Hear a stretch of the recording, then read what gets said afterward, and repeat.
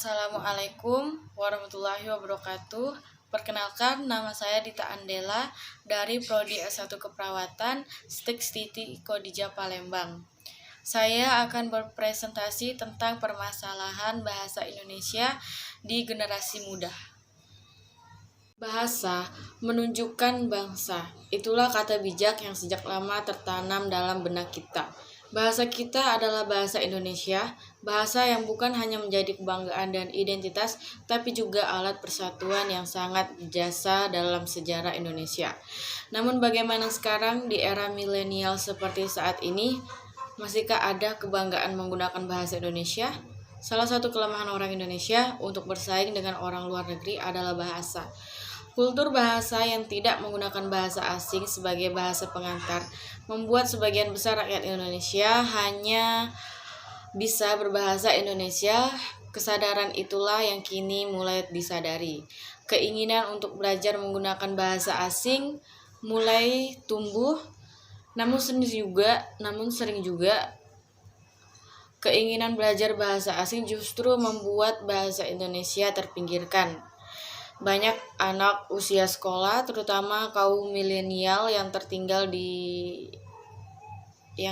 di kota besar yang terlihat gagap berbahasa Indonesia. Banyak di antara mereka yang bahkan lebih fasih berbahasa asing daripada bahasa sendiri. Mengapa ini bisa terjadi di era milenial ini? Bahasa Indonesia banyak tercampur dengan bahasa asing kids zaman now, menggantikan istilah remaja masa kini. Woles menggantikan santai, konon diambil dari kata slow yang diucapkan terbalik. Serta masih banyak istilah-istilah yang sebelumnya tidak dikenal. Bahasa bukan hanya sekedar alat komunikasi, bahasa juga sekedar tutur kata. Bahasa turut menggambarkan budaya dan jati diri sebuah bangsa.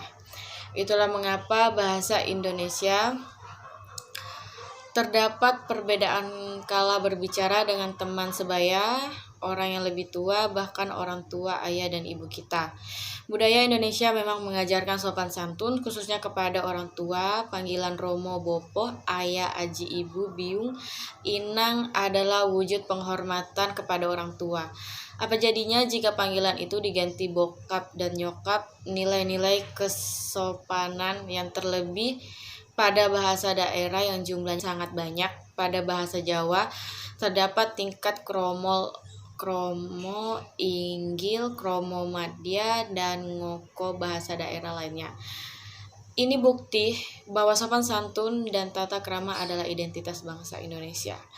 Sekian dari presentasi saya akhiri. Wabillahi taufiq wal hidayah. Wassalamualaikum warahmatullahi wabarakatuh.